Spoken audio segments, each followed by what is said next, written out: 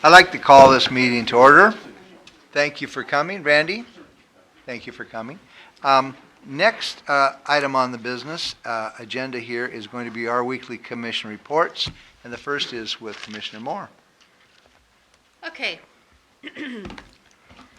Last week, I remember we talked about, it's a fairly easy week and we're doing fun stuff. This week is fairly interesting.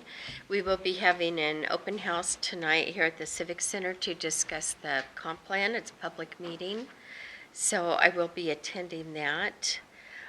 Tomorrow I have an executive housing coalition and a regular housing coalition meeting. On Wednesday, all day, I'll be attending the City Action Days in Olympia. On Thursday, I will be attending the Community Health Improvement Plan rollout as part of moving Mason forward. So that's exciting. We've been working on that for a while. And let's see, on Friday, I have two things, which is I'm going to have to split myself, I think, or let something go. I have the quarterly Peninsula Regional Transportation Planning Organization meeting in Bremerton, and then that overlaps with a Jurassic Parliament training here at the Civic Center. And that's it. Thank you very much. Commissioner McDowell? Tuesday morning, I have my left board meeting in the morning. Wednesday and Thursday, I will be in Olympia at AWC Action Days conference. And Friday, Robert's Rules of Order class here all day. And Friday night, if I'm feeling good, I'm going to be going to the Republican Women's Movie and Pizza Night at the Colonial House, and they're going to be showing the movie America. That's at 6 p.m. It's free if anyone wants to come. Just bring a topping for your pizza. Thank you. That's my week. Thank you very much. My week is also with many of these same activities. Tuesday, it will be a MACECOM board meeting. That's the 911 call center. And Wednesday, Thursday, action days in Olympia, where we meet with our legislators and we discuss topics and items that are of equal value with other cities, and we kind of link arms and kind of talk to our legislators about things that could help small cities and mid-sized cities. And on Friday, I'll also be attending that Robert's Rules of Order class, to brush up on my Robert's Rules and Orders, and so that completes our weekly commission reports. But Commissioner Moore has one more. Yes, I'm so sorry. I was going to be so organized about this. We will be not have our regular meeting next Monday, and I will be attending an event Tuesday morning before our regular meeting that I wanted to make sure that the two of you were aware of, and whoever else would be interested. But the League of Women Voters regular meeting, their topic of discussion is going to be health care, mental health care options in Mason County, and there will be a lot of discussion on our new mental health facility down in the PUD building. So new business coming to town, and so they will be giving a lot of facts, and we'll be taking questions, and I think it's a valuable opportunity to learn exactly how that will or could potentially impact our city. So that is Tuesday morning at 11:30 at the library up at Olympic College. So you're all welcome. All right, thank you very much. Next is the general public comment period, and so we welcome comments from the public. This would be an opportunity. And so we have somebody on the list? We have no one that wants to speak for the general public comment. We have several that will speak under item E. Action item. Okay, so thank you very much for that. There is no consent agenda this week. but we will go into the action agenda. And at this point, what we're going to do is turn this over to our Public Works Director, Craig Gregory, and he's going to talk to us about solid waste. Thank you, Mayor, Commissioners. In your packets this week, we've got a packet for you that you requested clarification on just a few things.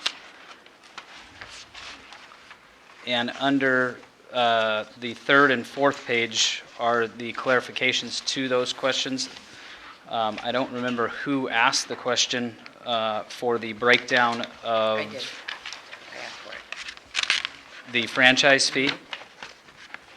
But as you can see on page number 3, it gives you those breakdowns of what is actually included right now, currently within that 500,000 that is coming in to the city of Shelton. I have a question before you go on. Sure. Real quick about this.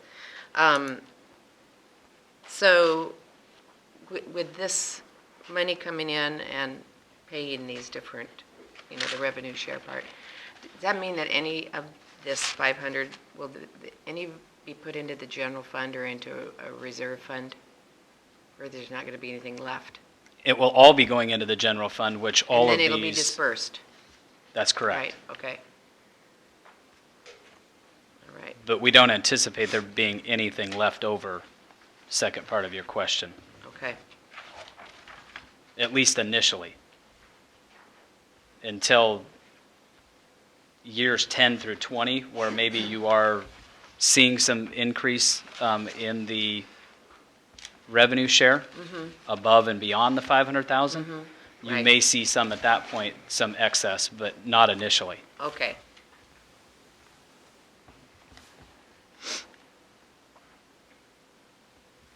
You answered my question. Good.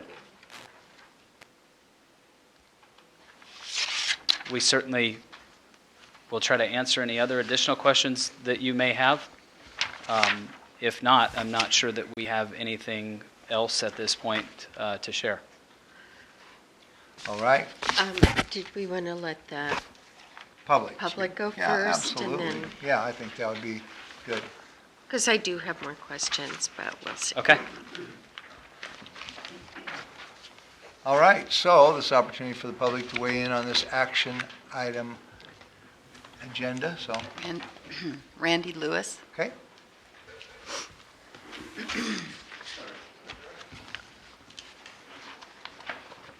Randy, if you could remember to state your name and address, please. Randy Lewis. My address, I'm just inside the left top part of the Shelton UGA, which means I'm subject to the Shelton rules, but don't get to vote for it. In concept, I support privatization. In general, a private company will be more efficient and has economies of scale not available to the government entity. The question is, who should benefit from these per unit cost reductions? How much of the benefit goes to the private company, how much to the city, and how much to the ratepayers? Based on public information made available, I believe the projections disclosed so far are both incomplete and apples and oranges. I think we are flying blind a little bit. I have questions. What is the formula for revenue sharing? Next question. Why does the company need a minimum of 2.5% increase every year for 10 years? This reminds me, not in degree, but in kind, of the 10-year baked-in sewer rate increases the commission wisely halted recently. Here's why I think those are there, and I may have had that confirmed to me, but you can correct me if I'm wrong. Where do you think all the upfront cash the company will be sending the city is coming from? I believe the company is proposing these guaranteed minimum rate increases to reimburse themselves for this upfront cash. The deal guarantees a minimum 28% increase after 10 years from now to last for the following 10 years. Did anyone compare the upfront cash against the present value of these increasing payments under varying population and CPI scenarios? Whatever the city decides to spend this cash on, let us call it what it is. Economically, this is a loan taken out by the city. However, instead of taking out a financial instrument that obligates the city to make bond payments, the city is signing a deal with a company obligating the ratepayers to pay off a virtual debt with a 10-year schedule of constantly increasing rates. With respect to the CPI, that is calculating using a basket of goods that may or may not be closely tied to the expenses of the company. Will the cost of a truck the company has bought go up because the CPI went up? No, the truck was already bought. If the CPI goes up 12%, for example, is the company planning to give 12% raises to its garbage men? I believe there should be a cap on increases tied to the CPI.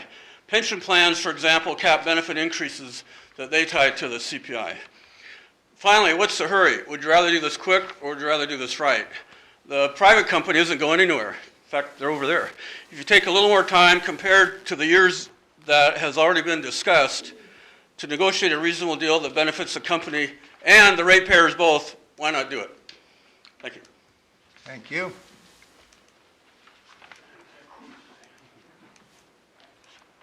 Next. Forrest Cooper. Thank you very much, Commission. Mayor, please excuse the cold today.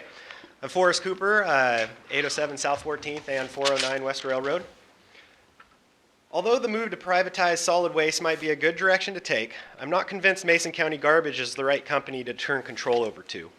As a former Mason County resident, I am thrilled with the service the city of Shelton provides and have numerous stories that have made the decision to live in and do business within the city limits the right choice. Last year, when Craig Gregory gave a presentation to the city on expanding the solid waste program, I was not only impressed, I was also optimistic. One of the main points I took away from the presentation was the ability for the city to shop the market for the best prices. Will we see this with Mason County Garbage in control? It's also difficult to look past what happened recently with a local private company that began accepting solid waste.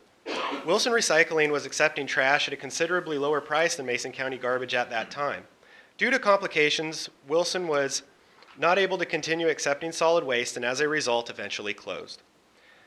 I'm very hesitant to encourage the city to turn over solid waste to Mason County Garbage without considering other private companies or expanding the current city solid waste operations.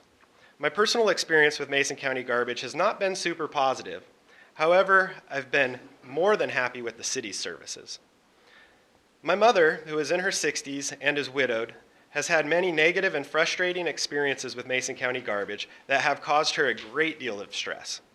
The city, however, has provided an exceptional service to our senior citizens, and I'm afraid the same frustrations my mother has felt with Mason County Garbage could now be felt by the senior citizens of Shelton. Please remember, when you privatize a utility, the obligations then become with the shareholders of that company, not with the citizens of Shelton. This decision should not have to be immediate. The best interests of the citizens of Shelton are at stake here, and any company willing to pull the plug on a deal if it is not immediate decision, if an immediate decision is not reached, might not be the best one to work with. Please take time, gather data, shop around, and most importantly, give your citizens time to process the changes and voice their opinions and suggestions. After all, they were just subjected to a large solid waste rate increase, and a new increase to benefit a private company would be a solid waste slap to the face. Thank you. John Tarrant. John Tarrant, P.O. Box 2172, Shelton. First of all, thanks for the opportunity, and two, late arriver on this topic, but I do have a couple of questions. One, knowing a little bit about city code, if you privatize solid waste, under city code it says I'm subject to the city of Shelton's sanitary service. So would a switch to a privatization allow me to haul my own garbage and take it to the dump? That's one question. Secondly, I was thinking about the number of employees involved. I understand the potential is some of those folks will be consumed or absorbed into other areas or other departments. But I was sitting here thinking, as I'm sitting under the financial department, what happens to all the folks that are responsible for taking care of the billing? Does that reduce the billing by 1/3, and do those employees go bye-bye or go somewhere else? And I guess to a kind of a kudo to Forrest, I'm thinking public input. Was there ever any kind of a mailer sent out to the public, unless I missed it, asking for input about your garbage service? And did they specifically see a document in there, monthly bill that indicated these are some things we're looking at? Would you weigh in on this with your response about garbage service? Because if I understand it correctly, once you make the decision to privatize, basically I'll get a bill from whomever gets it, in this case Mason County Garbage, and my only concern is with them, not with you. You're off the hook, but now I'm suddenly faced with Mason County Garbage. I'm perfectly happy with the service we have right now. It's efficient.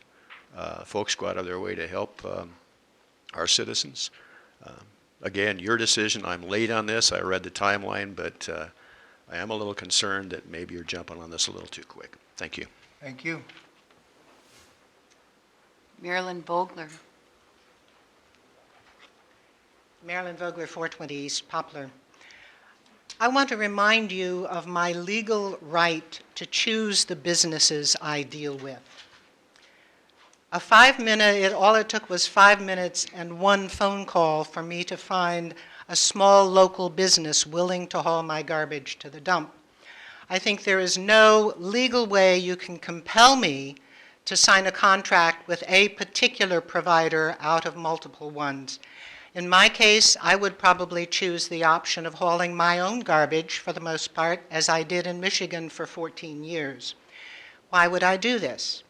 When going with a private for-profit company, any claim of benefit for the ratepayers is dubious. Not only would ratepayers be providing for the services provided, we would be paying enough of a rate to pay the city's revenue share, and we would be paying whatever profits the corporation made. In addition, the CPI is not steady or predictable, as we have been told. It fluctuates annually, and historically it has bounced from below 0 to 16.5%. Not only that, it's based on one of the fastest growing urban areas in the country. We were told that over the last 11 years it was 2.16. The figures I downloaded from the Bureau of Labor Statistics evened out a little bit more than that. But those years included the Great Recession. If we take away even the 2 years of recession from that average, during which there was almost no growth, the average for those 11 years was 2.67%. Over the last 20 years, it has averaged 2.47. Since 1985, it has averaged 2.88. And since 1985, there have been 15 years when it was greater than 3%, one which it was over 7. In addition, the transfer service tip fee direct pass-through is another uncertainty. And so why would you even be considering this from a ratepayer's standpoint?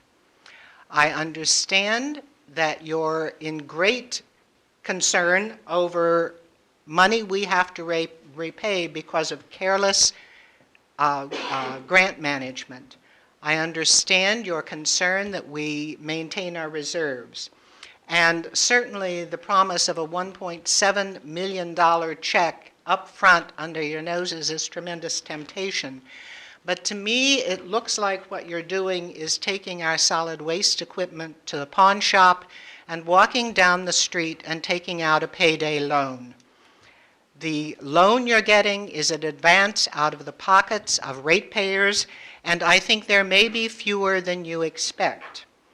The end result is you're selling off your capacity, our city's capacity, to return to city garbage collection, and there will be Marilyn, little your time is up. or no reserve for the C Street dump. So make a sound decision. Go with option 2. Thank you. Mike Olson. Mike Olson. I'm not going to repeat everything that was said. I think you guys get the idea that you're rushing judgment on this. I don't believe it's been vetted enough in the public and the ratepayers. My one comment would be, if you do choose to take the shiny object of the 1.7 million, I think you need to include in that how you're going to spend that money right away. One, you've got the C Street dump looming over us. I would propose or hope you would consider a large piece of that going into an escrow account that's not to be touched for anything except acquiring grants to help us close the C Street dump. If you take that 1.7 million and don't set it aside, the state, we know how the grants work, you have to have matching funds. We don't have a good record right now. If you take that money and don't set it aside for that purpose, and then go begging to the state for money to help us close the C Street dump, I don't think you're going to get a very good answer or a response from the state. To close, I would just say, you know, what's the hurry? Let's look at this. These people asked some really great questions here that I haven't heard answers to, and I don't believe that you guys have the answers anyway until you do a little bit of a study on this. So please consider what the public's just said and take your time and really vet this. Thank you. No other That completes comment. it. That completes. Thank you for your comments. All right, Craig? Anything more? Would you like me to address any of those? I don't think so. Okay. I think we've been talking about it for a long time, and I think, you know, you've done your reports, and I don't feel that there's anything that, you know, you have to respond to. I would actually, if there is more information or clarification from these questions, You can ask those questions. I would like to get those That's- answers. That's now the opportunity to do that. Okay, I will just definitely ask those questions. Did you Well, have anything first? I wanted to know more about the hauling of your own garbage in the city. It is a city ordinance at this point that you must have garbage service. But we sell the company, sell our business to Mason County Garbage. It is now someone else's. How does that change being able to haul your own garbage? I don't believe it does, but we can check with the city attorney. We may need to pass an additional city ordinance or a new one to make sure that everybody within the city limits is using the company that we contract with. But I think that is certainly within our right to do. Is that within our right to do? I would believe that we're going to have to amend our code anyway, if we no longer offer solid waste services, and so I think that that would definitely be something that we would ask our city attorney to consider and write into the code. Okay. We have already consulted her, though, and we are fairly certain that that will be the case.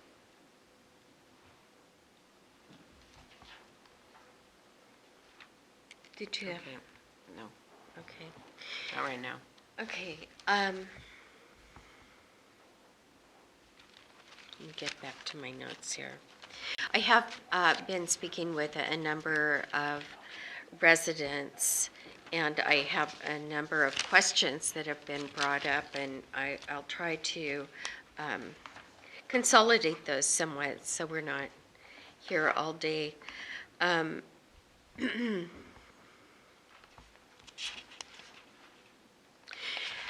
So basically, one of the questions that I get the most often and has been mentioned here is, what is the push to do this right now? What is the motivation to do this now? If you look in the information, the informational packet that we provided you, there is a timeline that documents the amount of time that we have been working on this. And this has been we started this back in November of 2015. An option was presented in April of 16. So we have been working on this for better than a year. I think that we have exhausted every avenue that we could have had. We have consulted multiple professionals within the industry. We have now been through 2 finance teams that this has been presented to, back when Kathy Byerly was the finance director and now NOLA. This has been presented to our solid waste staff, our leadership team. I know that this has been fairly thorough over the last year or so, but I know this has also been a topic of conversation for over probably the last decades. a similar offer, similar, and it's always been turned down in the past. So my question is, what has changed? There has not been a similar offer to this one. There have been lesser offers, but there has never been a similar offer to this one. It has been a discussion. It has been a discussion, but there has never been an offer that would equal this one. Okay. We have seen offers back as far back as, I think the last one I saw was 2003. But it was not even close to comparison to this offer. And I would assume that the reason that the previous commissions chose not to go with that is that the offer was maybe not the same, and that there was some desire to keep the city utility, the citizen-owned utility. I think that was maybe a case when we were keeping up with rates and we were not struggling to stay in the black also.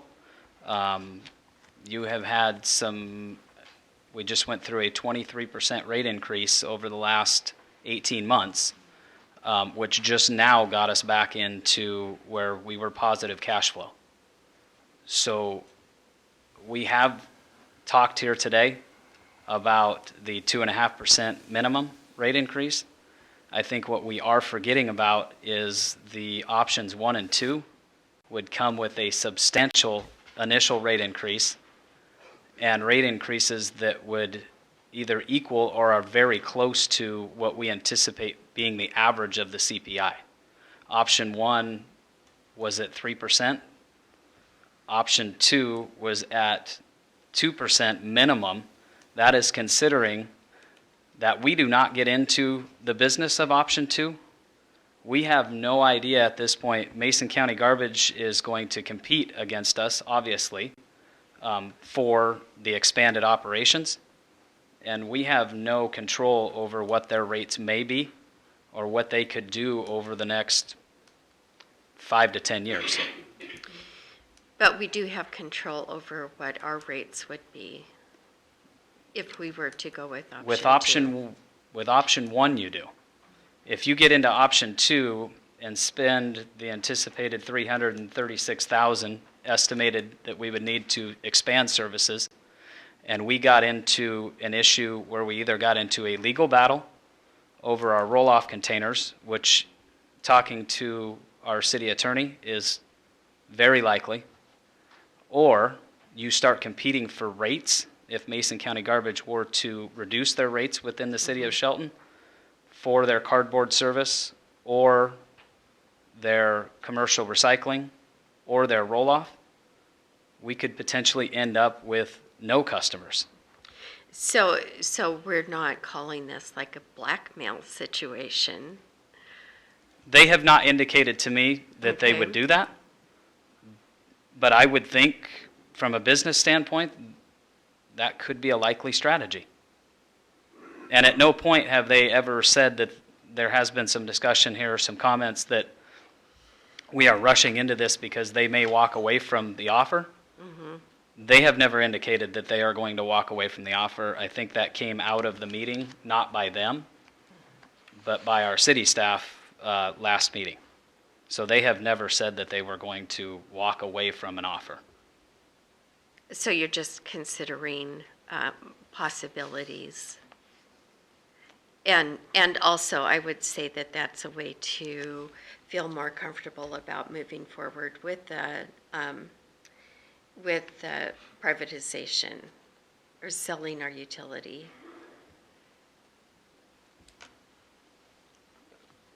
What was the question, Tracy?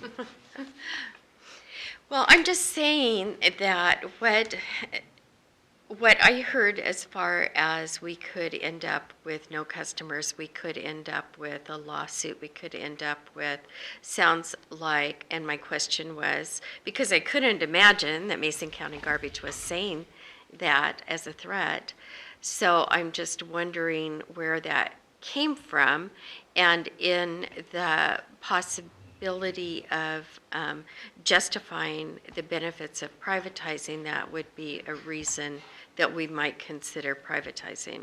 I think that would be a legitimate reason. Just knowing business, I would anticipate that if you have a competitor coming into your marketplace, you are going to compete for those services. I don't think that they are, and this is just a guess, I don't think that they are going to just let us come in to their marketplace and take every customer that they have. Ryan, our manager, had something to weigh in on this. You are right. There's been no indication from any company that they would enter into a legal discussion with us.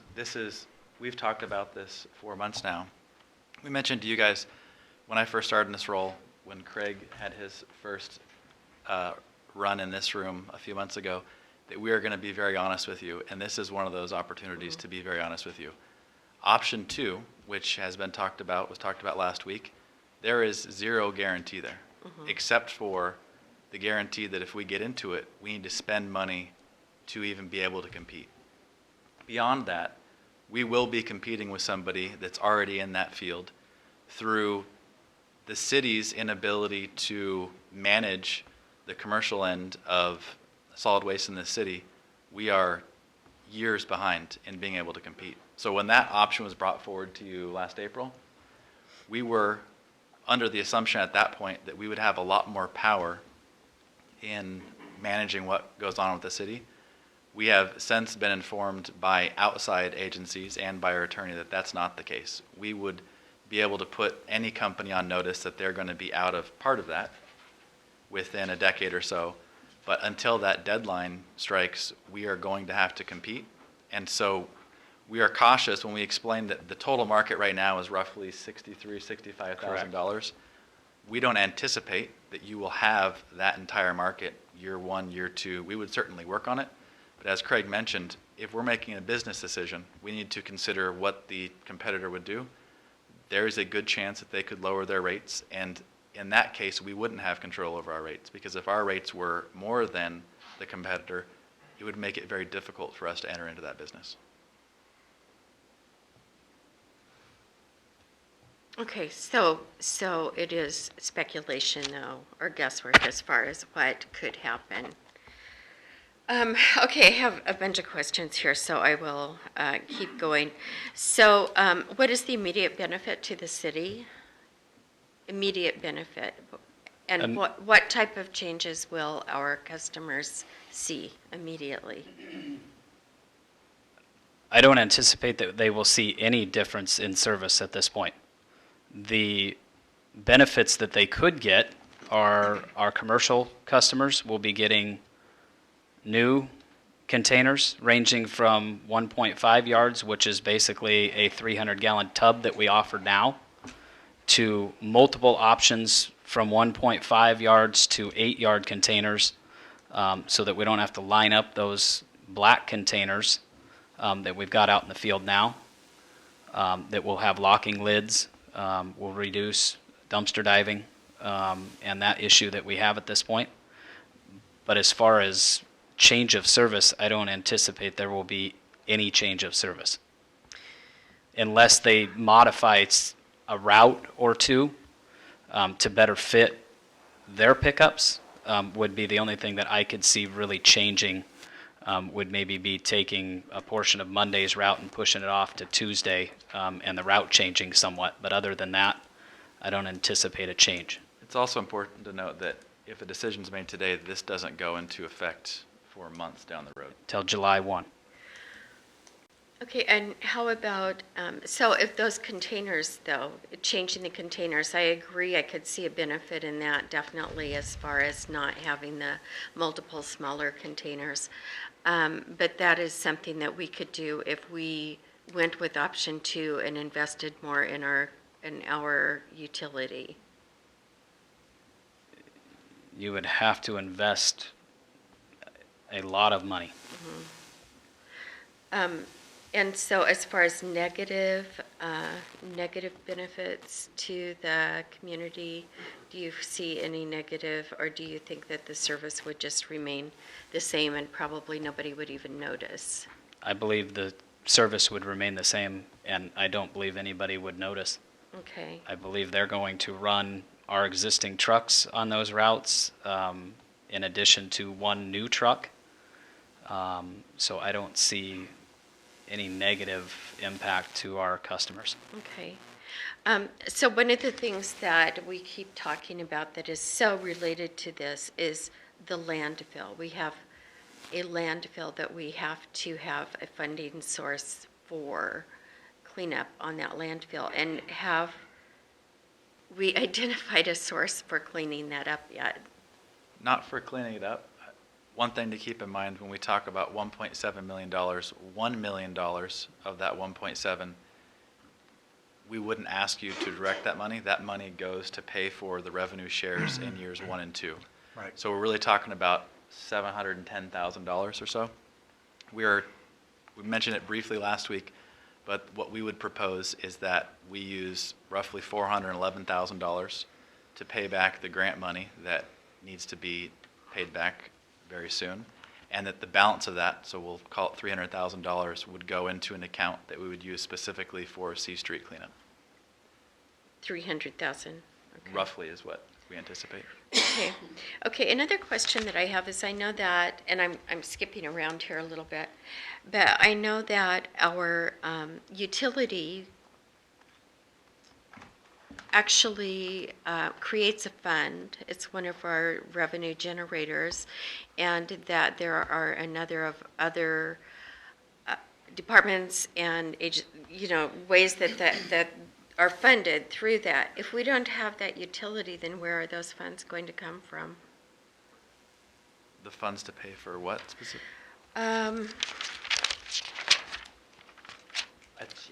For salaries for. So that would come from the franchise fee or the revenue share. So it's been calculated, so in the packet that was updated today, I think what you're talking about is this revenue share portion where we spend about $505,000 a year. Solid Waste pays other departments. Yeah. And through Craig's negotiations with Mason County Garbage and Recycling, that's the amount that they would pay us. So that money we would still get this same revenue share, and we would collect that from Mason County Garbage and Recycling, and then we would disperse that internally. Okay, so this amount of money currently it comes through our revenues now. Yep, so right before that, you have a breakdown of what the monthly bill looks like for the average customer. So the average bill is $20.89, and of that, $6.37 goes toward that revenue share. So $6.37 monthly across all of our customers comes out to $505,000. And that's the portion that everybody that supports solid waste, or every function that supports solid waste at this point. Okay.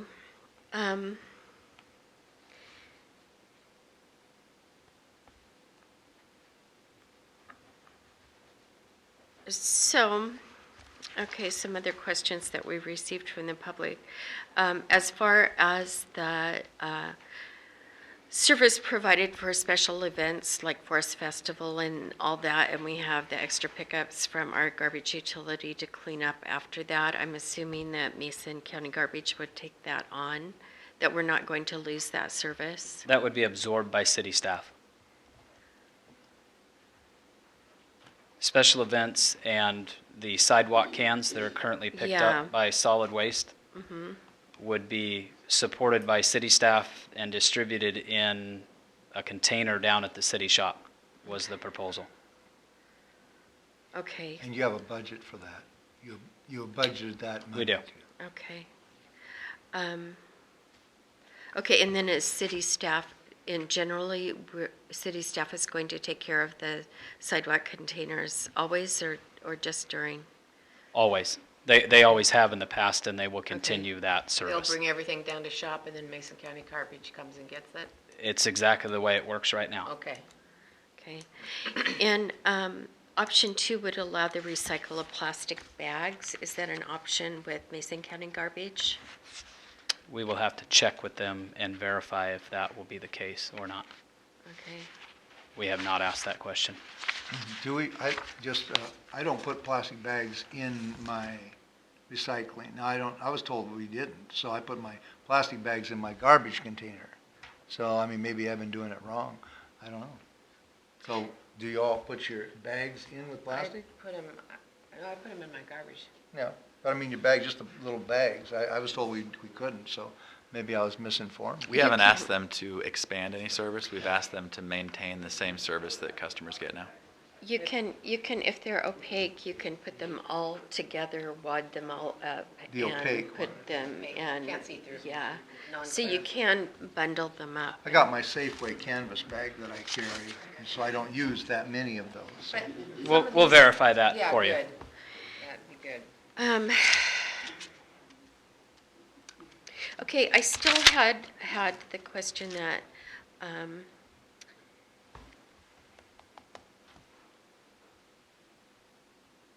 had another question. So I guess I'm not seeing what, I was hoping that in this packet, we would get the picture that had the graph where the lines intersected and the option 1 stayed up and then option 2 kind of curved up initially, but then it went up and it came to the same as option 3. Isn't that what Logan gave us last week? Yeah, we provided you the information just based on what you asked last week, so if you. Yeah, Last well, week we came back with a and packet. I don't That have was with in me. last week's Right. consolidated packet or presentation that we, It must be in here. So I will tell you, oh, here it is. I will tell you what my, one of my major concerns here is that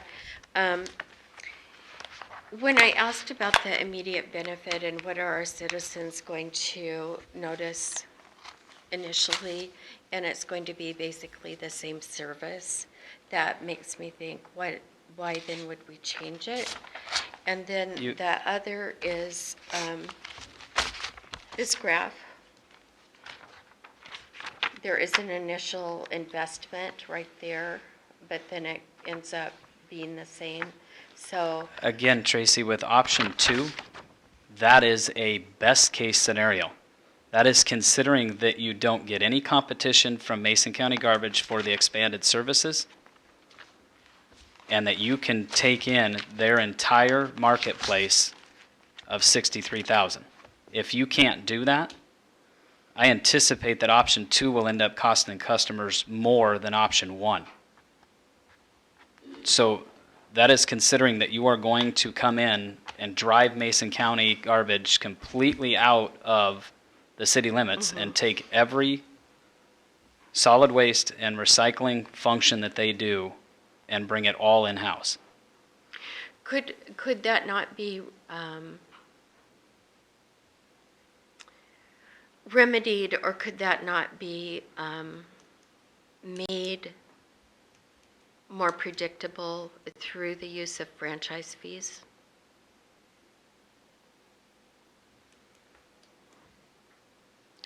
You're asking if we could charge them a franchise fee for recycling? I don't believe so for recycling. It's a competitive marketplace, but that is certainly something that we could check on if you want an answer to that. Well, I know that recycling is a fund generator, and we haven't fully been able to take advantage of that because we haven't had the capacity. I think what we might lose focus of on that, it's the same thing that we have been talking about, that everything gets passed through the customer. So if we tack a franchise fee on to having them come in and do business within the city of Shelton, I'm anticipating that they are going to pass that along to each and every one of you in your rates. Look at your city bill, your PUD bill, your Yes. cable bill, your, any of those. They have a tax on there. That's the franchise. It is a and tax. we get it. We Yeah, have to pay for it. It is a tax. So So I am everything aware that of we have talked about is passed on to the customer. So if But- we ask for a franchise fee from them to do that business within the city of Shelton, they're going to pass that along. This is my point, is if we are going to give our citizens a choice, and they have the higher rates due to the franchise fee through Mason County Garbage, doesn't it make it more attractive for our citizens to choose a city-run utility. Again, I would caution against the city getting into a competitive marketplace battle with a hundreds of millions of dollars valuated company. That would be very difficult to wait them out. Obviously, they have a lot more money than we do, and they know how to do the business. So I would caution against getting into that competitive marketplace with them and battling over commercial recycling and commercial cardboard. Could I ask a few questions at this time? Yeah.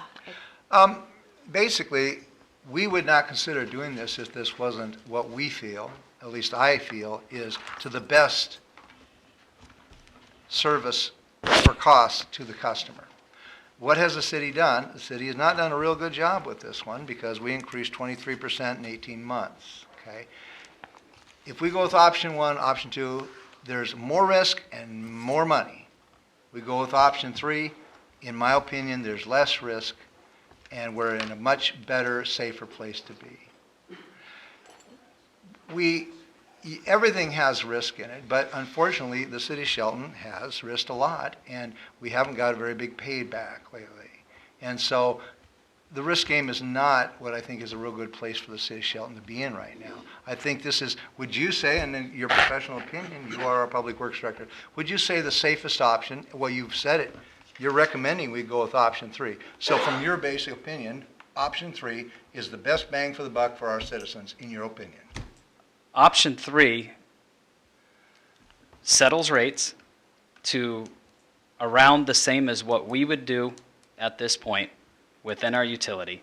It pays you exactly the revenue that you are bringing in at this point, but what it does do for you is it then reduces the amount of workload over what is approximately 5 employees to the city of Shelton that would give them the opportunity to do either their job better or expand and get more things done that we could utilize them in the best way possible. So yes, Mayor, in my opinion, it is the best thing to do at this point to privatize this utility, take in exactly the funds that we are taking in now and set these rates so that they are fairly predictable. I'm not saying the CPI is going to be flat.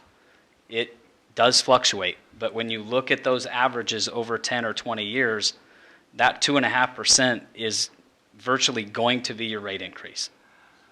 I have talked to many people, business people, about this, and just as Tracy has talked to customers and people in the neighborhoods, I've talked to them too, and described, and unfortunately, there's not a big trust in the city's ability to do things that we're not real good at, okay? Fair assessment. Fair. I was in the room with the 10 mayors. Oh, actually, the room had probably 60 mayors in it. And I brought up the subject. We're considering on privatizing our solid waste. We're considering getting out of the business. And 9 out of 10 mayors said, what are you doing in the garbage business? Turn the garbage over to the professionals.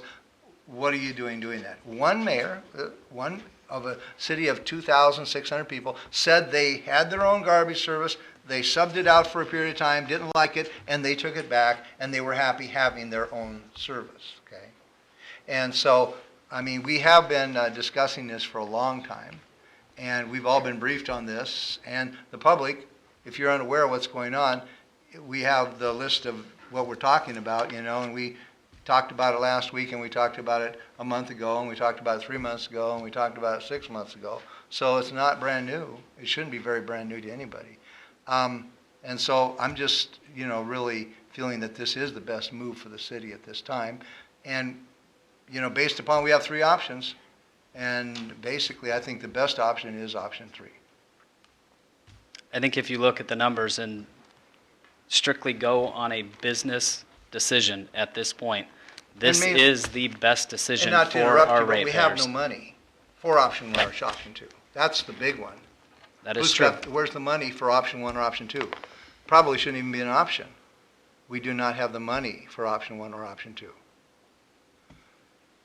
Unless Brian's got it, I don't know. I do not have the money. Okay. I think, So, You want to go on record on that one? may I sure, no, finish we now? can talk as long as we want.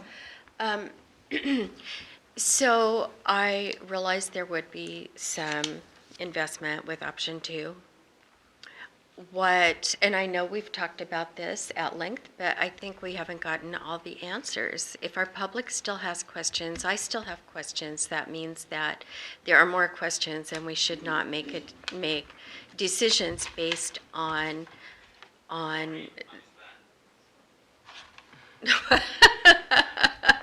I'm sorry that happened to you. That was the city staff.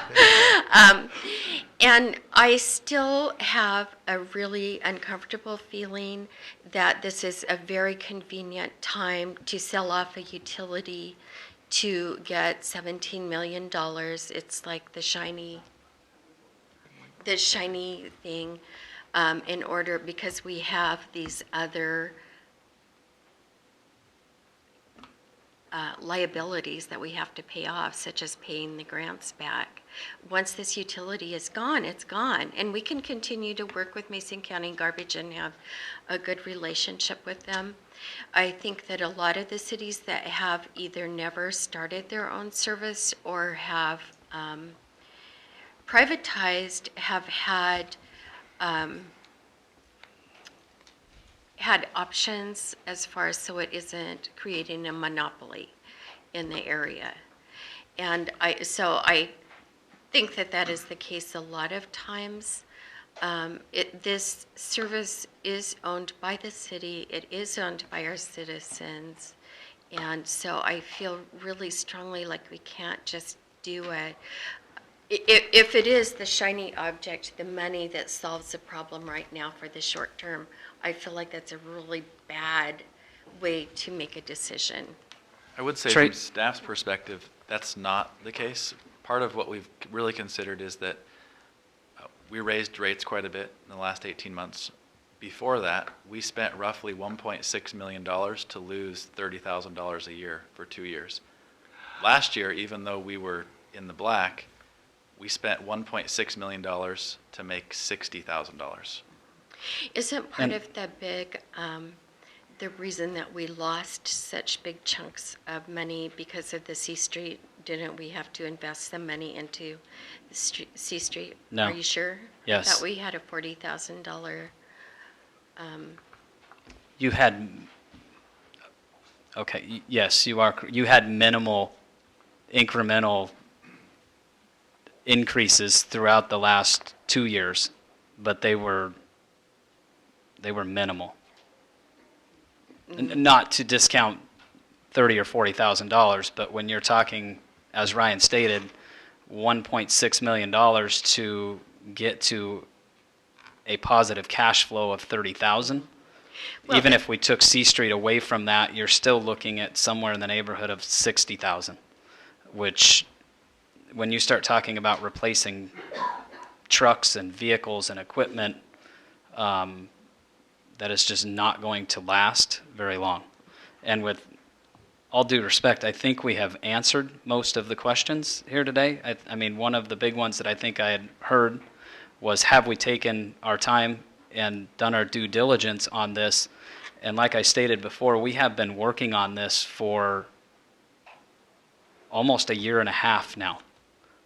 We have exhausted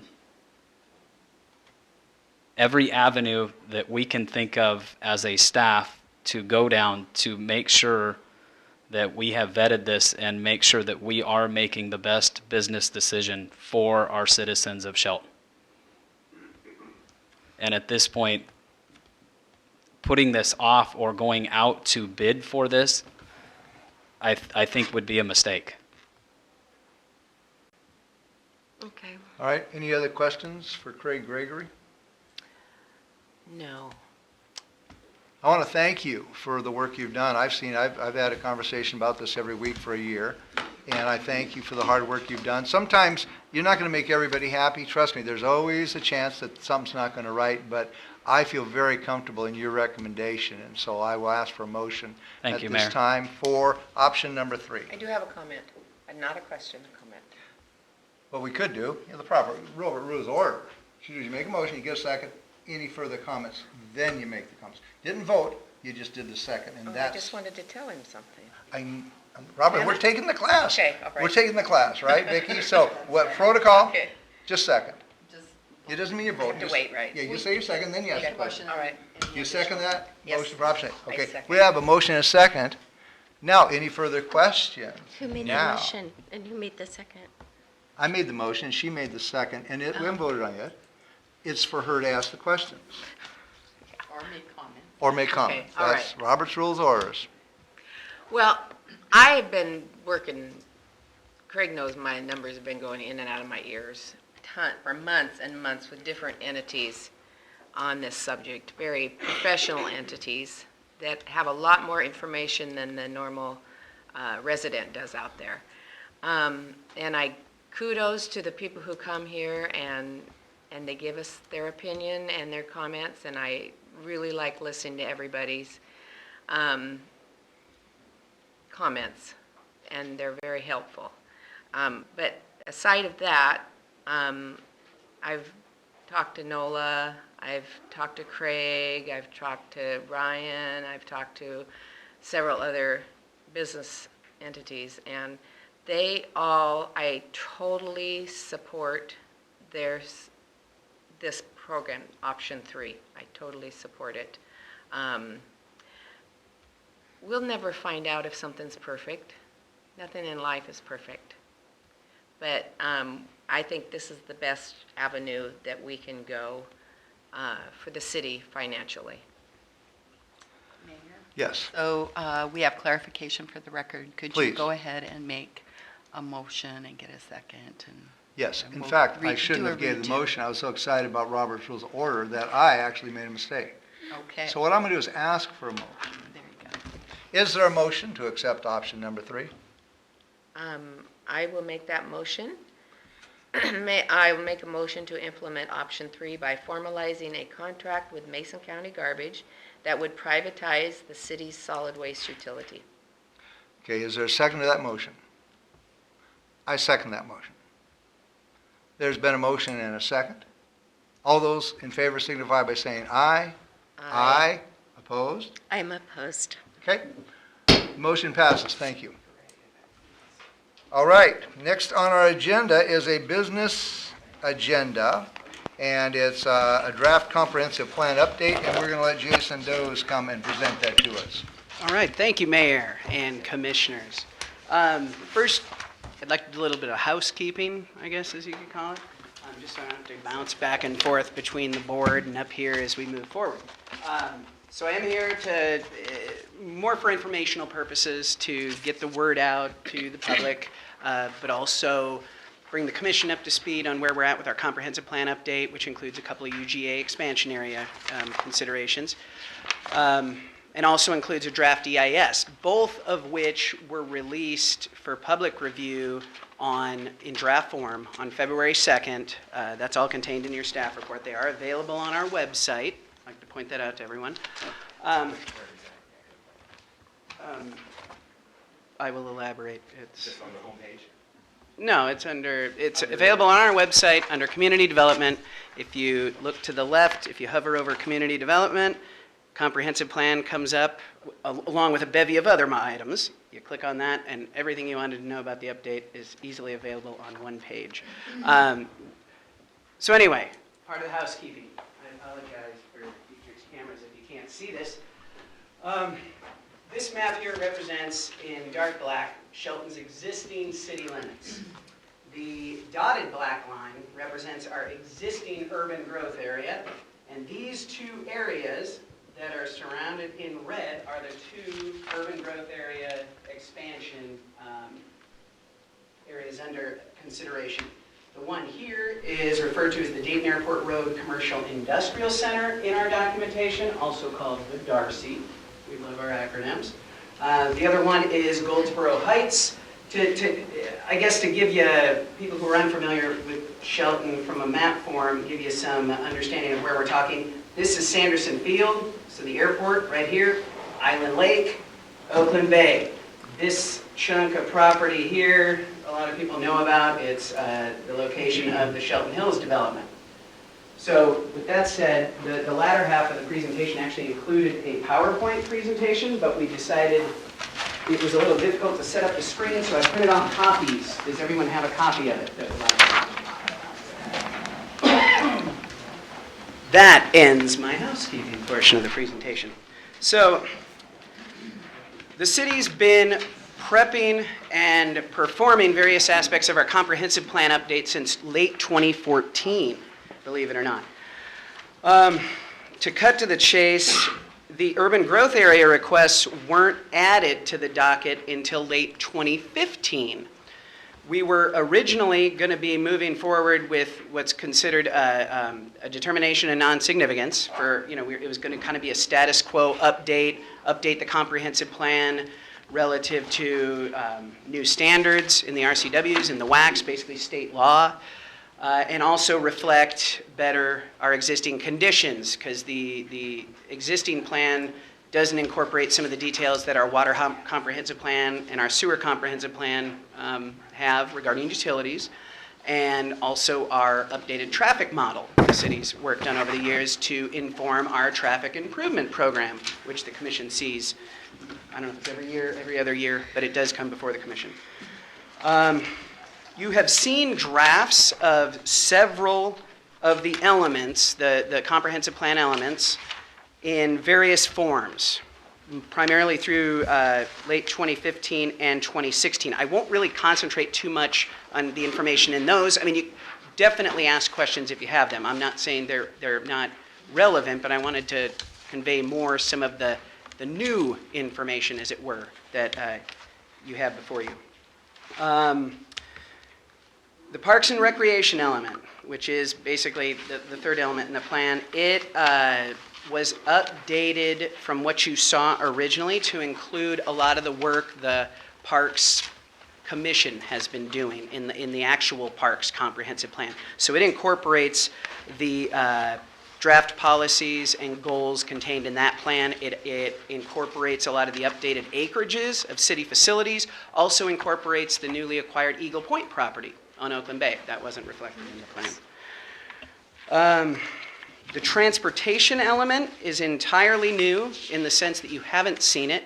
It took a lot longer to develop because the two UGA areas were added after the fact. We had to incorporate some new modeling into the city's traffic model, not only relating to the Shelton Hills development, which the city did an EIS on, an environmental impact statement, in 2013. So we updated the information to reflect those improvements, but also to add traffic assumptions for both UGA expansion areas. The housing element was updated only in the sense that I did bring it to our poverty task force. It didn't appear they had reviewed the element, and they made some suggestions, a lot of suggestions actually, regarding affordability, access to housing, these sorts of things. While I didn't incorporate in the draft, you see all of the items, I think in the goals and policies, basically goals and policies contained in H3 and H6 of the element, I tried to encapsulate at least the potential allowance for all of the desires, if that makes sense. The capital facilities and utilities element is also new. It is a combined element where previously they were separate. And what we found as we were looking at the updated utilities elements, combining the two, there's really a lot of overlap between the utilities and capital facilities. So we made the decision to put the two into a single element. Shoreline management is a new element that was not required the last time we updated our comprehensive plan.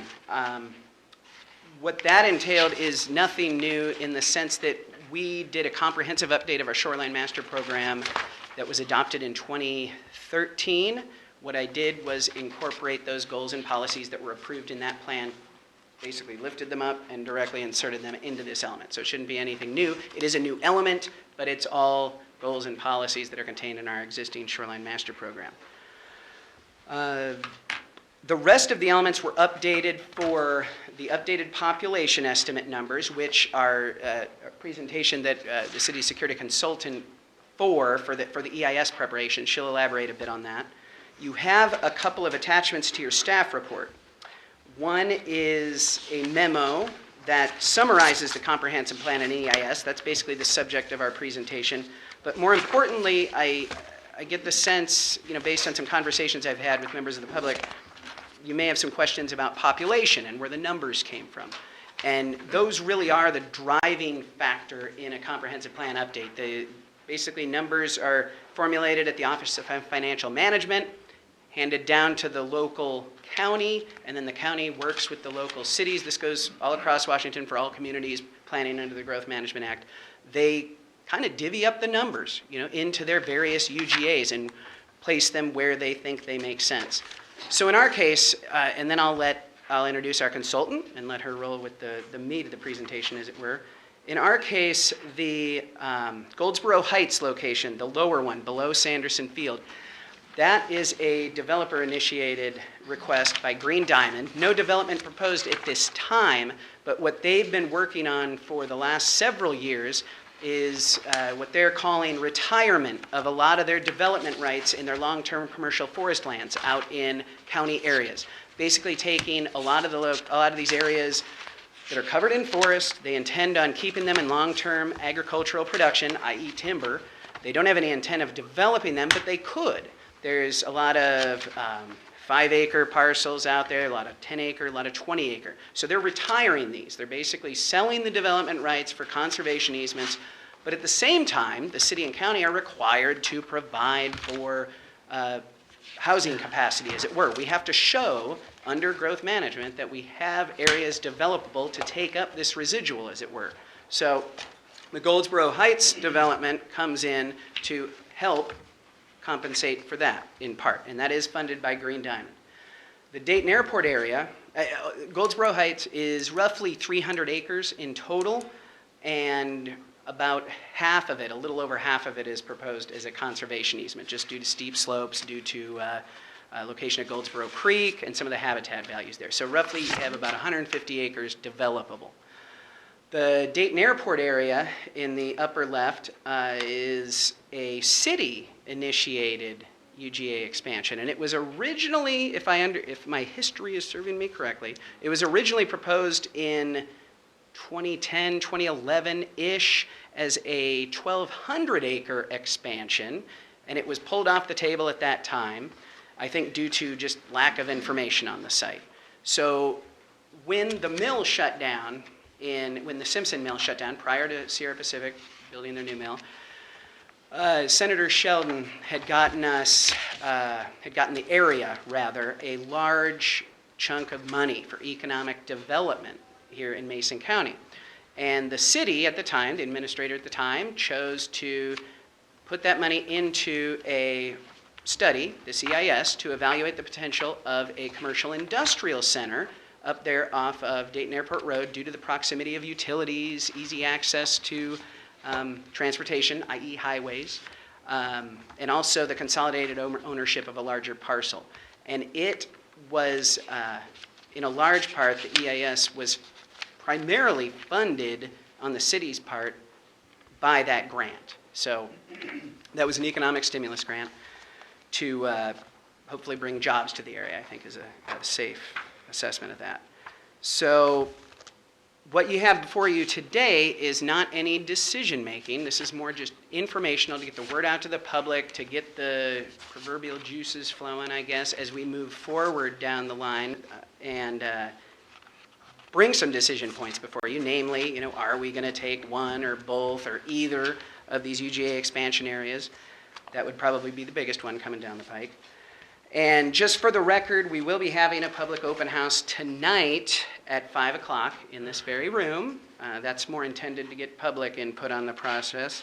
And the comment period on the EIS runs through Monday, March 6th. I just wanted to make that point so it didn't get lost in the presentation. So there's lots of time to review it. It's available on our website. If people can't find it, definitely contact me. I'll let you know where it is. And at this time, I would like to introduce Erica Rett. She's been involved from day one with the proposal, and she works for Burt Consulting. They were hired to help us develop the EIS, and they've also been helping peer review our comprehensive plan itself. So I turn it over to Erica. Hi, thank you for having me again this afternoon. I'm going to talk a little bit about what we're doing with the EIS and the comprehensive plan and how those two things come together. So as you know, the comprehensive plan has to be updated to a 2036 timeline, and that's a state requirement that the plan be updated. And as part of the update, as Jason mentioned, we're considering these two expansions of the urban growth area.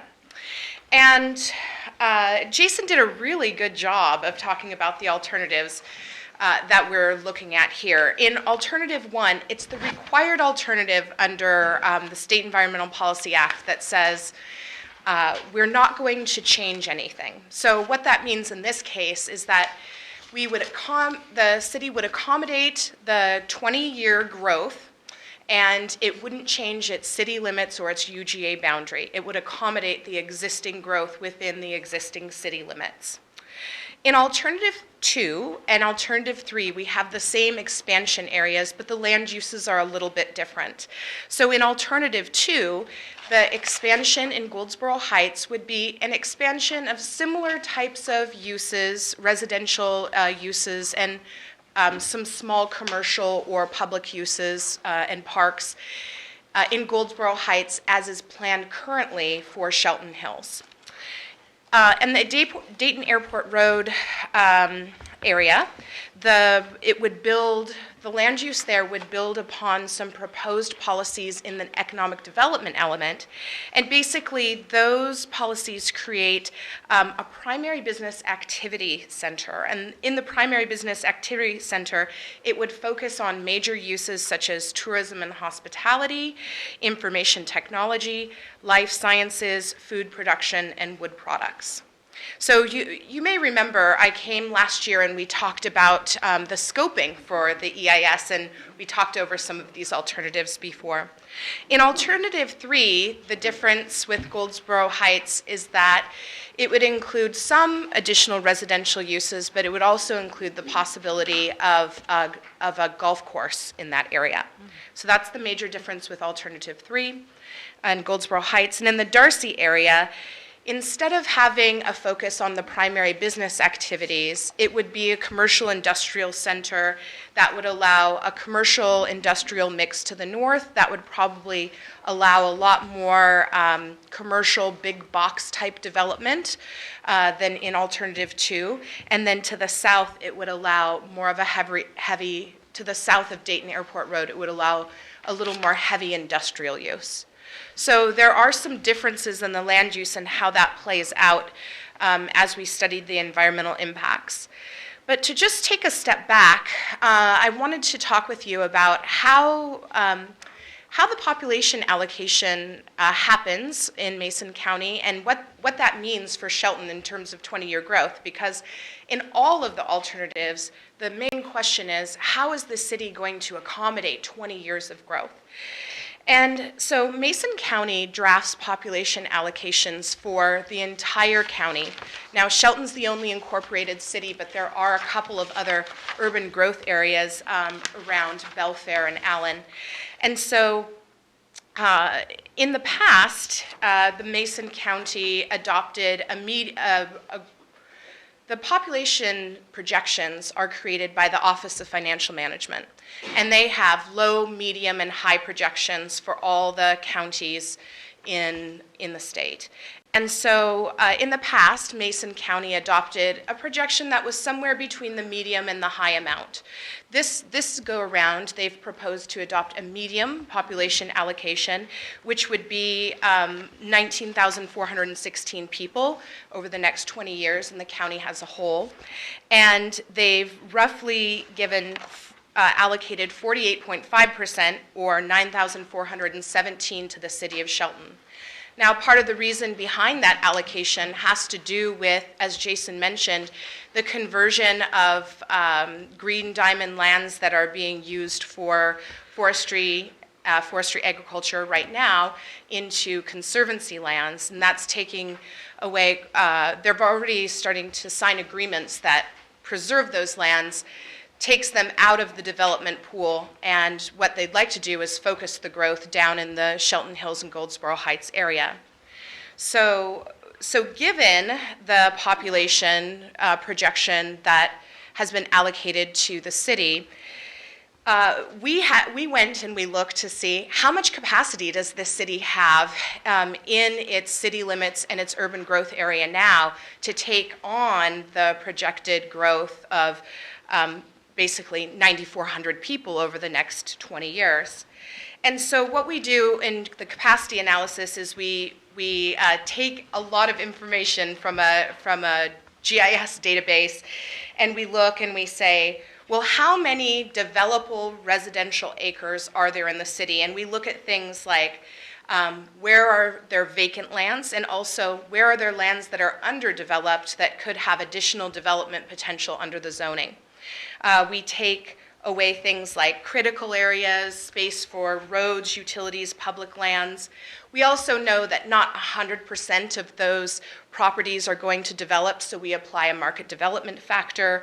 And we also put in account for small changes that might happen where residential units may convert to commercial units, or other small changes that happen.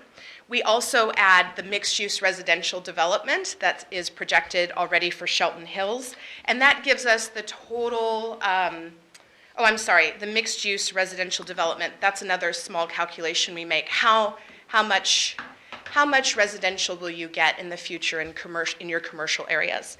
And so we put all of those factors together, and that tells us how many residential acres can be developed in the city of Shelton. And then what we do is we make an assessment of future growth. So we take the density under the zoning, we multiply that by the average household size and the occupancy rate. That's going to give us the future growth total, and then we add the capacity for Shelton Hills because that's a known quantity onto that. That equals your population capacity as a whole. And when we take a look at what the population capacity as a whole with no changes to the city limits or the zoning or the UGA area, there's a deficit in meeting your growth allocation of 778 people. So what that means is that if you didn't change your city limits or your urban growth area and you have a population allocation of about 9,400 people, you would be about 778 people short of meeting your growth allocation. So under alternative one, what you would need to do if you don't want to change the city limits, then you would need to consider changes to your zoning so that you could accommodate the additional growth within your existing city limits and urban growth area. Under alternative two, when we look at the capacity there's capacity for all of your growth target of 9,400 plus an additional 185 people. Under alternative three, you have capacity for all of your growth target plus 57 people. And even though those are a little bit over the amount, it's within 1 or 2% of your overall growth allocation, and that's considered close enough by growth management standards that there's very few situations where you're going to hit that number right on the nose. So within a 1 or 2% margin is acceptable. So in terms of growth targets and capacity, the numbers suggest that the city should consider the expansions of the UGA area to accommodate residential population. In terms of employment projections, it's a much different scenario. So for employment projections, the state doesn't require the city or the county to accept or any particular allocation. There also isn't the requirement to show that you can accommodate a particular employment projection. But what we do know is that for the county as a whole, Mason County adopted the same employment projection that they're preparing to adopt the same employment projection that they had in their comp plan with a 2025 horizon, and they've extended it out to the year 2040. So that would that would put the county as a whole with, we'll say 2035 projection of population, or I'm sorry, of employment at about 34,276, which would be a population employment ratio of 2.36 people per job in the county. And so, so the question is, for the city of Shelton, currently the city of Shelton has about 50% of the employment in the county, and so as a whole. And so if the county is going to have a population projection for 2035 of about 34,000 people, then the city also should think about how you can improve your base for growth and employment. So in updating the comprehensive plan, as Jason mentioned, the figure of about 9,400 people for growth, that has been updated throughout the comprehensive plan to take a look at whether or not policies in the comprehensive plan need to be changed. So the comprehensive plan that's in effect now with the 2025 horizon basically looked at a population increase over that 20-year span of about 10,500 people, and that put Shelton at a total population in 2025 of 21,750 people. So what the comprehensive plan is looking at now is a population horizon of 2036, an increase of about 9,400 people over that 20-year period, and a total population of 23,500. So essentially, what's happened, Shelton, like many other communities in the state, didn't grow as fast as predicted in 2005, 2007, because of the Great Recession. So in many of the communities that I've worked for around the state, when they're looking at their 2035 or 2036 comprehensive plan, they basically said, well, we're just going to take the information that we had for our last projection and move it forward, because that period was a period of stalled growth. And so Shelton really is not an exception in that case, where we're looking at about the same increment of growth over a 20-year period. And that increment of growth only increases the population by about 1,700 people, which accounts for the growth that did happen in the last 10-year period. So when we look at the comprehensive plan, we basically are looking at that increment of growth of about 9,400 people, but there are two areas that are sensitive to the analysis in the comprehensive plan is sensitive to the alternatives in the EIS. One area is land use. Obviously, if you decide to have a different mix of residential in the golf course or more single-family residential, that makes a difference in land use. Or if you decide on certain types of commercial industrial activities in those UGA areas, that does make a difference. And then also transportation planning, because when you're talking about certain types of expansions or capital facilities as a whole, you just are looking at the number, and the planning on where those things go happens down the road. But when we're talking about transportation, right off the bat, it does make a difference to the system quite significantly where the growth goes in the city. So just to give you a quick run through of the capital facilities planning. In the capital facilities plan, what that plan looks at is whether or not the city can accommodate growth over the next 6 years, and whether or not the city can accommodate growth over the next 20 years.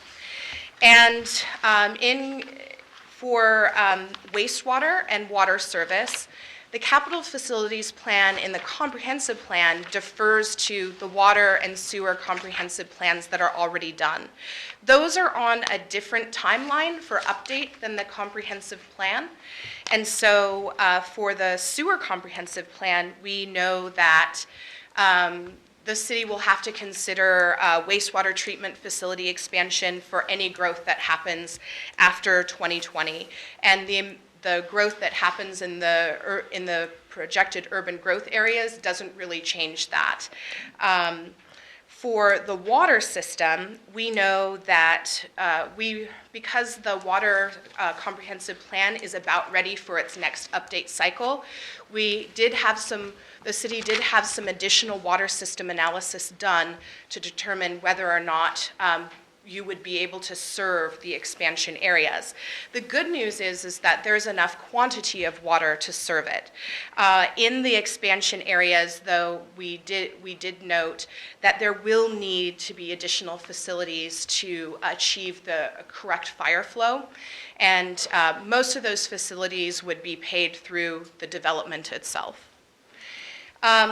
For other municipal facilities, like do you have enough parks and recreation, do you have enough civic buildings to serve the community, the city looks in really good shape for the first 6 years, and then there's small deficits at the 20-year horizon. We didn't project increases in revenue over that time, and so probably what will happen is as growth, the need for those facilities is dependent on reaching those growth numbers at the end of the 20-year period. As growth happens, revenues will also increase, which will help to make up the deficits. And in terms of transportation capacity, we did a very, very conservative analysis for in terms of revenues for the 20-year period. And what we estimated is that there's an improvements gap of about 14.4 million by 2036. So again, most of that is not going to, you know how you're going to pay for the next 6 years, which in terms of the growth management planning is the key tool. But thinking in the long term, as growth occurs, you'll want to consider how you use those additional revenues that you get through growth. You'll want to look at whether or not you need to increase your traffic impact fee, because this assumed keeping the traffic impact fee exactly the same for 20 years, which very rarely happens. You'll also, the other thing that you can do is that your levels of service are fairly high right now, how you have them designated in the comprehensive plan for transportation improvements. And so sometimes when cities are looking toward the future and at a funding gap, sometimes they look at, well, how much of a level of service can we reasonably afford to provide, and we'll adjust those levels of service, which would mean there might be more delays or there might be more traffic. That would be at you would change your idea of what's an acceptable amount of traffic. Right now you have a pretty high standard for a low amount of traffic. So in the EIS, we looked at a handful of areas. I'm just going to go through those very, very quickly. And what we're looking for in an environmental impact statement is essentially, are there significant, unavoidable, or adverse impacts? And so in terms of impacts to the earth, we know that with development, there are going to be earthworks, there's going to be changes to the earth, but the analysis showed that with the application of critical areas regulations and best management practices, which the city already has on its books, that that will avoid adverse effects. In terms of water resources, the big risk to water resources is the potential for spills or contamination or pollution related to additional runoff. We know that with additional impervious surfaces, there will be additional runoff. But in the analysis, it says that stormwater rules, best management practices, and compliance with NPDES should be able to prevent adverse impacts. Also, part of the review looked at the CAR regulations, the critical aquifer recharge area regulations for the city. And there was, in the best available science report, there is a recommendation for a couple of updates to those regulations. That would be something that wouldn't be addressed directly in the EIS or the comprehensive plan, but would be a follow-on update to the code after the plan was adopted. In terms of plants and animals, we know that with increased urbanization that there will be the loss of habitat and there will be habitat degradation. The alternatives do propose some conservation areas and which would limit that, and some other measures such as incorporating native landscaping, retaining significant trees, following wildlife management recommendations should reduce adverse impacts, but those impacts to plants and animals are unavoidable. For environmental health, again, that's an issue where we're talking about the potential for contamination of soil and groundwater, and it comes from human activities. So because there will be increased human activities in areas where there aren't human activities now, we would expect that there's increased potential for environmental health hazards. Especially in Alternative 3 in Goldsboro Heights, where there's a golf course. The management of a golf course is a very, tends to involve lots of chemicals and things like that, so the potential for spills or contamination is much greater there in that alternative. But having response plans in place for accidental leaks and spills could prevent significant unavoidable or adverse impacts.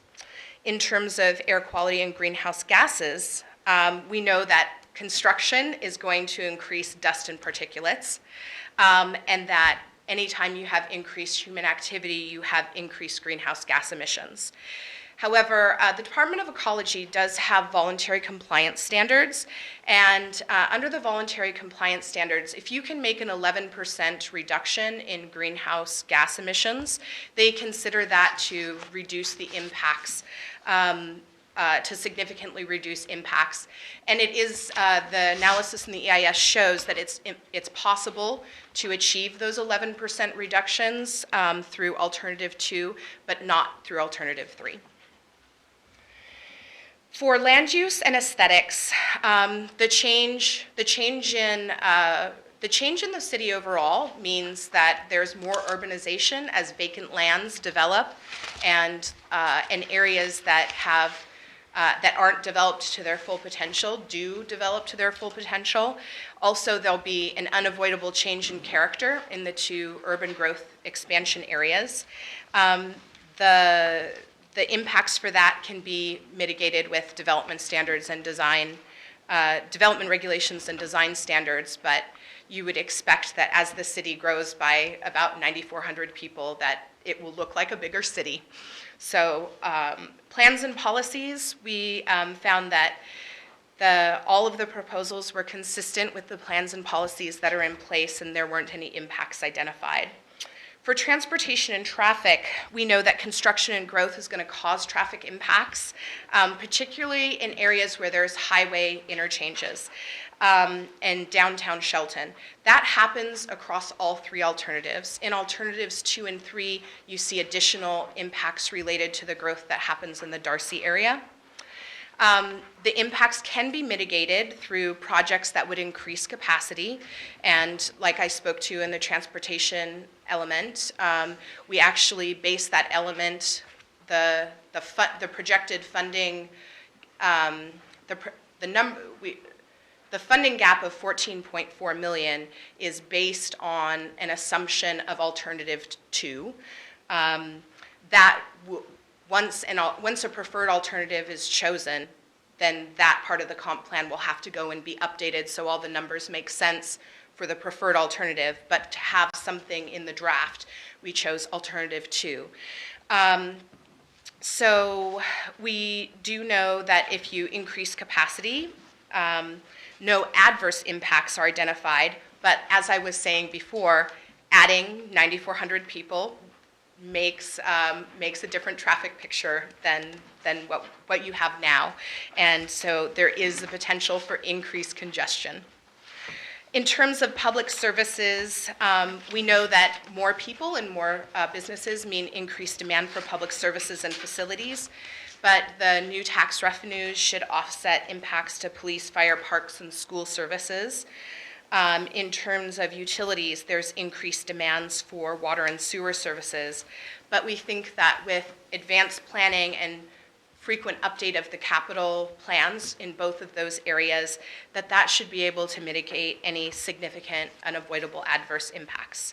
So that EIS is 300 some pages, and I We tried don't to. quite have time today for that one. No, I tried to make those a summary of those impacts and the major points of the analysis as concise as possible. As Jason mentioned, the comment period's open until the 6th.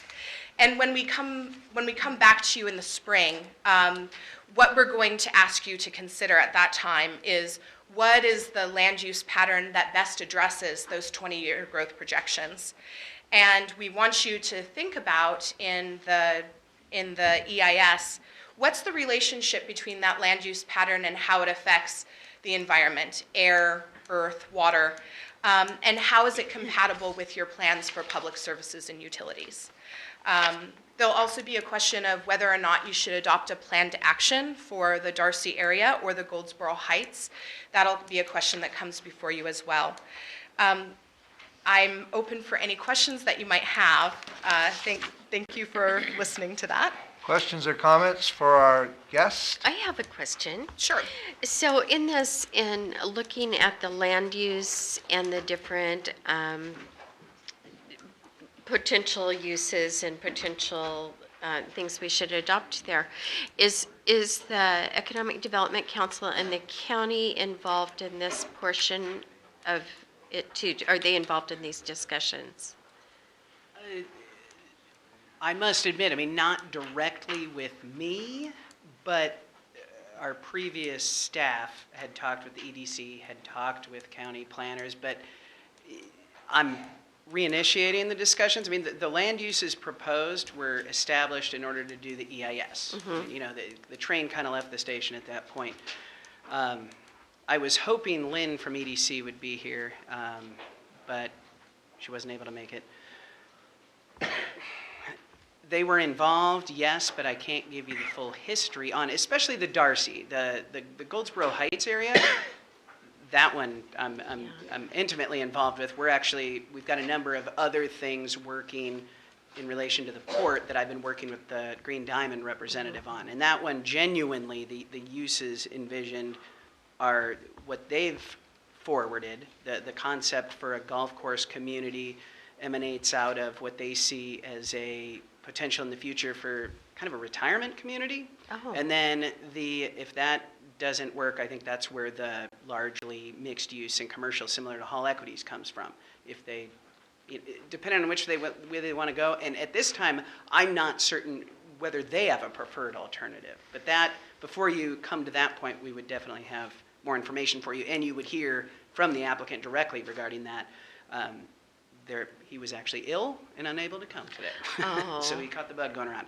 As for the Darcy, I mean, yeah, you will be getting more information on that. And I apologize, I don't have more specifics on how No. those were That's developed. okay. But the uses envisioned for each alternative is in the EIS. And if you read the alternative statement that was included with the staff report, it talks about the potential to couple with what's going on up there already with the racetrack. That's where the visitor serving uses come from. And the concept of having life sciences and food industry, that stems out of primarily aquaculture for the most part. And then alternative 3 is much more generic for that area with just commercial industrial in the north, generally speaking, industrial on the south.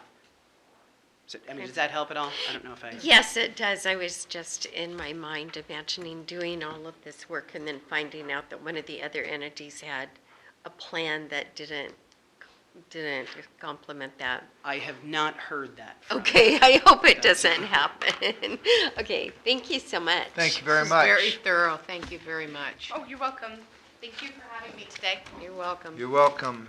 Well, next on the agenda is administration reports, and first up, it looks like, is Public Works Director Craig Gregory. Thank you again. First off, just want to thank the commission for letting us reconnect with the Mason County Conservation District. Had a meeting with John Bolander last week with our engineering staff, and the ability that they have to assist us in planning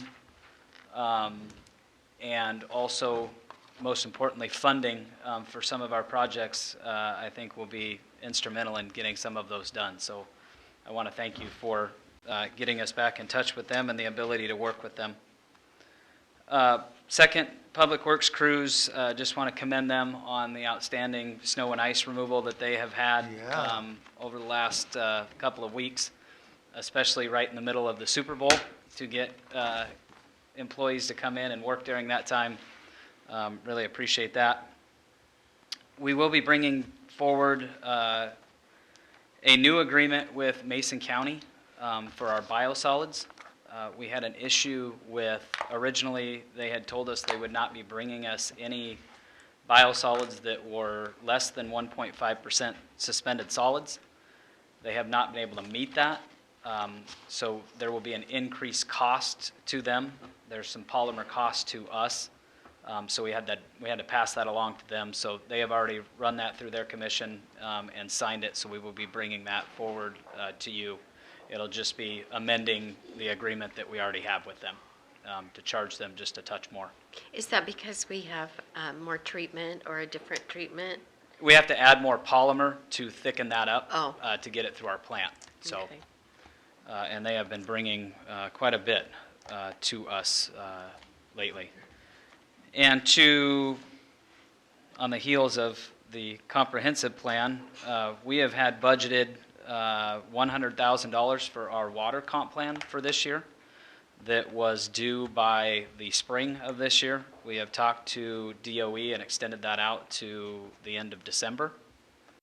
Unfortunately, the bid that we got back was to complete that was for $216,000, so we're about $116,000 short. We took a look at the bid items. We took out one piece of the scope of work that saved us about $26,000 out of that. We have also sat down with the water department and cut $73,000 out of their operations budget to cover a portion of that. So we are down to only needing about $17,000 to get that done additionally. And we have also contacted DOE for some grants, some funding options, and we have applied for a $25,000 grant for drinking water and also a $30,000 grant that they were fairly optimistic that we would get one of the two, if not both of those. So we have applied for those. We're hoping that's going to cover the rest of that. City staff has been looking at the development standards. We are supposed to bring those back to the commission annually. We haven't done that in quite some time, so we will be bringing that forward sometime towards the end of the month to show you what we have changed and the cost associated with that to developers. We have started the Basin 3 project. We have sent out the right of entry forms, so anybody living within or property owner within the area of the Basin 3 project should be seeing one of those, and hopefully they will fill those out and get those back to us. Tracy, you better not be late.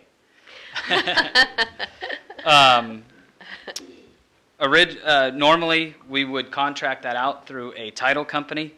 The normal cost, the cost for Basin 5 was around $300 a parcel to do those. We have 208 parcels delivered to in Basin 3. We have taken that on with city staff, and we project that it's going to take us about 50 staff hours to get that done, saving around $50,000 towards that project. Thank you So, very much. City staff has been Greatly working very hard. appreciate that thought about that, yeah. They're all calling me. They are all calling us at this point too, so we are getting a lot of feedback from that. So Yeah. hopefully we're answering most of those questions. And No, that's great. Get the facts out. yeah, We met with the consultant and Department of Ecology on the remedial investigation for the C Street landfill. Just a meet and greet with them and also a tour of the landfill. They were pleasantly surprised after the tour of how small that actually was and how contained the landfill was within that bowl that it sits in up there. So they were optimistic that it would be easier for a cleanup and less costly to clean that up after actually coming out to take a look at that. So we'll let them get done with that and see what that looks like for us in the future. The well 1, we are doing some tests on starting today. There looked like some misinformation that was maybe shared with the commission of what the level of well 1 was or is at this point. We went back and looked at some as-builts that showed the pump elevation at 220 feet in depth. And there is also a stamped placard on the top of the wellhead that shows it to be at 217 feet. Originally, it was shared with you that it was at around 190 feet. So we are testing that to see what the drawdown actually is on that. And the drawdown may not be as bad as first anticipated that was shared with you originally. So we will be testing that and bring that information back to you and let you know. Lots of good news today. So, last but not least, we will be testing one of the phases of the downtown visioning group. Originally at 4th and Railroad, there was proposed to be a roundabout. We are going to test a two-way stop signs on 4th Street, and this test will be consistent of, it will incorporate not taking the light out at this point, but turning it to red flash on the side streets of 4th and yellow flash on Railroad Avenue, which we are trying to get the word out that a red flash means that you have to stop on 4th Street, just like you would with a stop sign. And Railroad would be a proceed with caution through that intersection. So we will be getting the word out for that, and that will be happening on the 24th of this month. We will turn that to red, yellow flash. So, but we will be getting the word out via social media, sharing that with the school district, MTA, our police department, fire, everybody that we need to get that out to. Instead of a roundabout. Instead of a roundabout at this point, that traffic signal is more than 28 years old and eventually is going to be replaced. And really what we're testing is to see if we actually need a traffic signal there or whether we just need stop signs to control traffic. So we will be looking at that for an extended period of time and gathering some data to see if we actually need that traffic signal there or not. Okay. So All right. that concludes my report. Thank you very much. You're welcome. Next is our financial director, Nola, is going to come and talk to us about money. I hope she found a whole bunch for me. Did you find any hidden away up Not there? today. Ryan's Maybe bank account. tomorrow. Tomorrow's a new day. You never know. Thank you, Mayor and Commissioners. Last month, I reported about business licenses, B&O tax returns, and some other items. I'll follow up on those and give you some updates on some new projects that we're working on. As far as 2017 business licenses, the staff sent out a little over 1,600 business license renewal forms in December. Most of those were completed and submitted by the end of December. As of today, we have about 250 still outstanding, with approximately 35 account closures. We've collected a little over $40,000 of our budgeted $48,000 of business license revenue, plus approximately just shy of $1,000 of business license penalties. The final notices will be mailed out tomorrow with a due date of March 15th for those businesses that haven't filed yet in order to avoid their $250 penalty. As far as B&O tax returns, we've processed most of the 2016 B&O tax returns with a total year-to-date revenue of approximately $119,000. We've received about $450 in late penalties. Now I get to give you some good stuff, some progress that we're making in finance. As far as payroll and benefits, we are making progress working with employee groups to implement direct deposit for all employees. We are targeting a go-live in April. This means pay dates will shift from the 5th and 20th to the 10th and the 25th for everyone. This is going to improve the security for processing payroll transactions, as well as save our employees time and money in taking their checks to the bank. As far as our financial software, we completed our conversion from the old Via Warp credit card payment system to the new BridgePay credit card system. That is now done. This improves our efficiency in handling utility payments and will open the door for us to begin to utilize another module within our software called EnerGov, and that will allow utility customers to view their utility billing history, and I believe it will also help us with some business license tracking. We did have a consultant come in from Tyler Technologies, that's our financial software vendor. His name was Logan Neighbors, excuse me. He spent 4 days with us in January, and he helped us with a long punch list of financial software issues, including payroll setup, asset tracking, inventory, accounts receivable, bank reconciliation, budgeting, and general ledger. We were able, in January, for the very first time, as far as I know, at the City of Shelton, to generate all of our employee W-2s and all of our vendor 1099s directly from our financial software. Yay. First time ever. We also were able to generate the annual ACA healthcare reports that are now required for employees. We were able to generate those also directly out of the financial software. We were also able to successfully launch the employee self-service and time tracking electronic modules in our software, and we're doing a progressive rollout of that. We started in January with the finance team and the IT staff, and that worked very well, and Megan was able to pull that right into the payroll without having to manually enter any of it. It worked great. So we're continuing that rollout. I believe we're going to bring it out to some of the administrative staff soon in the other areas. We're hoping to complete this conversion within the next couple of months. So that's moving along really nicely. We're also currently in the process of getting the accounts receivable module up and running in the financial software. We anticipate having that up and running probably within the next 30 days. So that will be a good thing. Another area that we're really focusing on right now in finance is improving security systems and internal controls.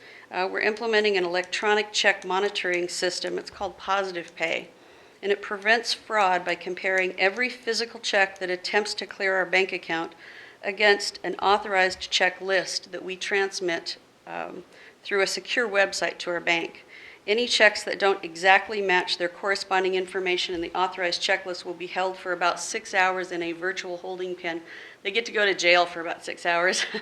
And we get an email notification from the bank, and we have that window of time to log in, look at the check, and decide, yes, it's okay for this check to go through, or no, it shouldn't.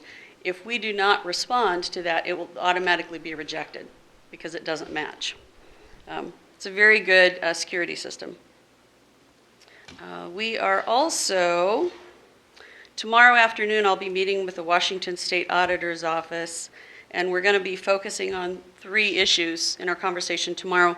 One of those is the review of internal controls and security measures.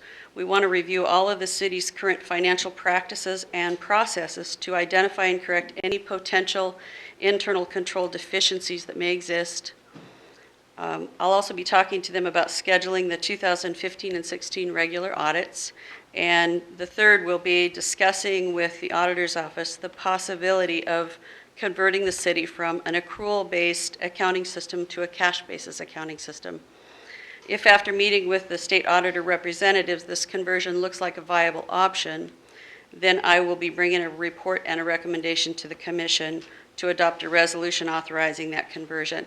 There are a number of other cities of similar size here in Western Washington that are cash basis.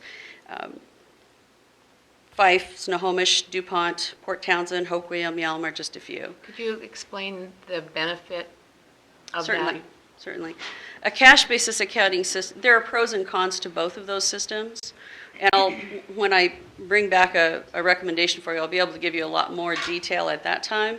But in essence, an accrual basis system reports revenue when you bill for it, and it reports expenditures at the time you receive the invoice that you owe. Whereas on a cash basis system, everything is reported based on when the cash actually moves. In a cash basis system in Washington State, the annual reporting process is a lot more streamlined. It's a lot simpler. The reports are easier to understand. The disadvantage, I guess one could argue, is if you are a CPA and you like to read detailed, comprehensive reports, you might not get every bit of information you want.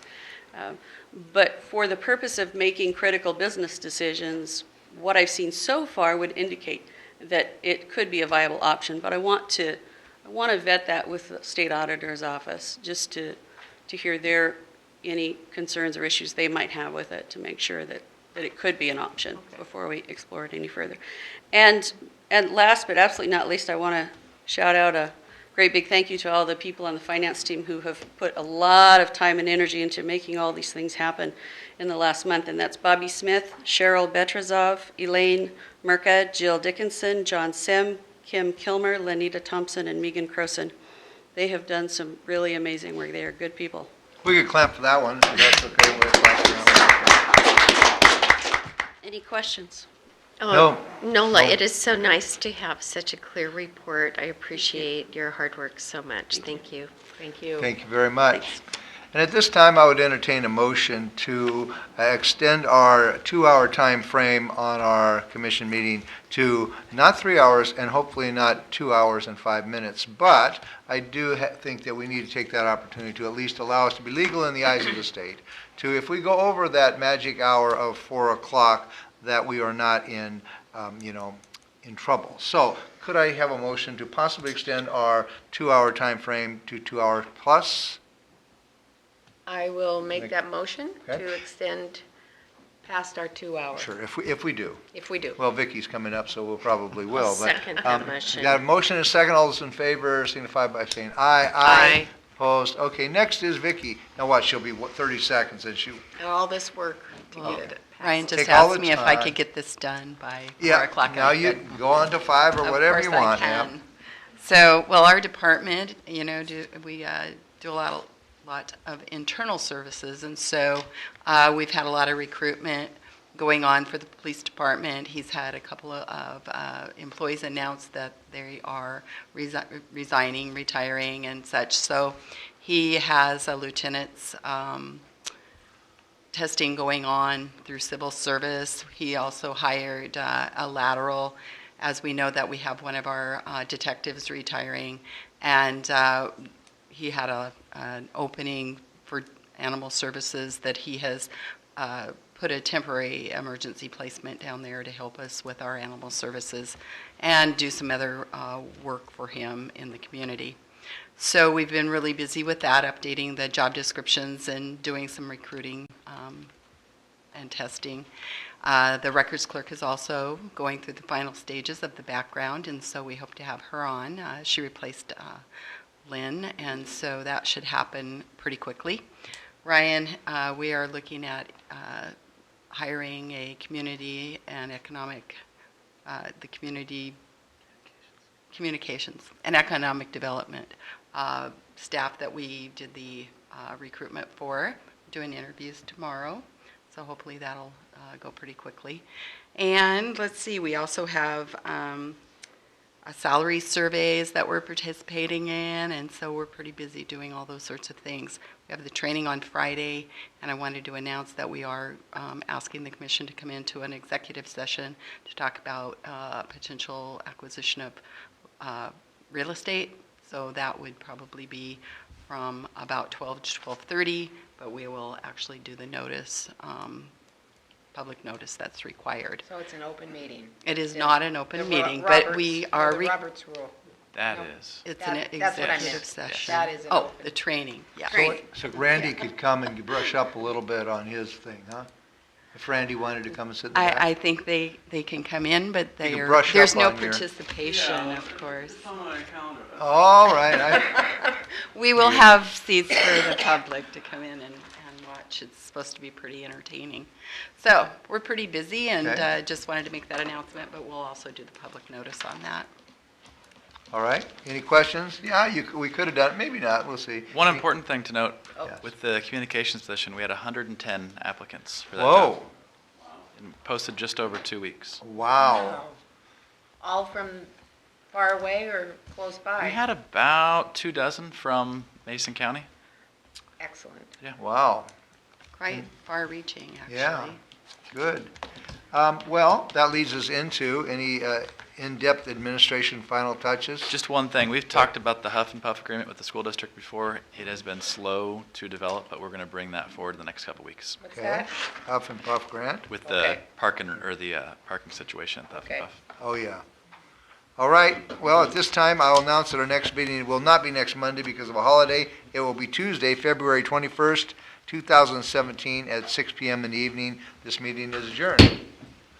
6 seconds before 4 o'clock. Is there anything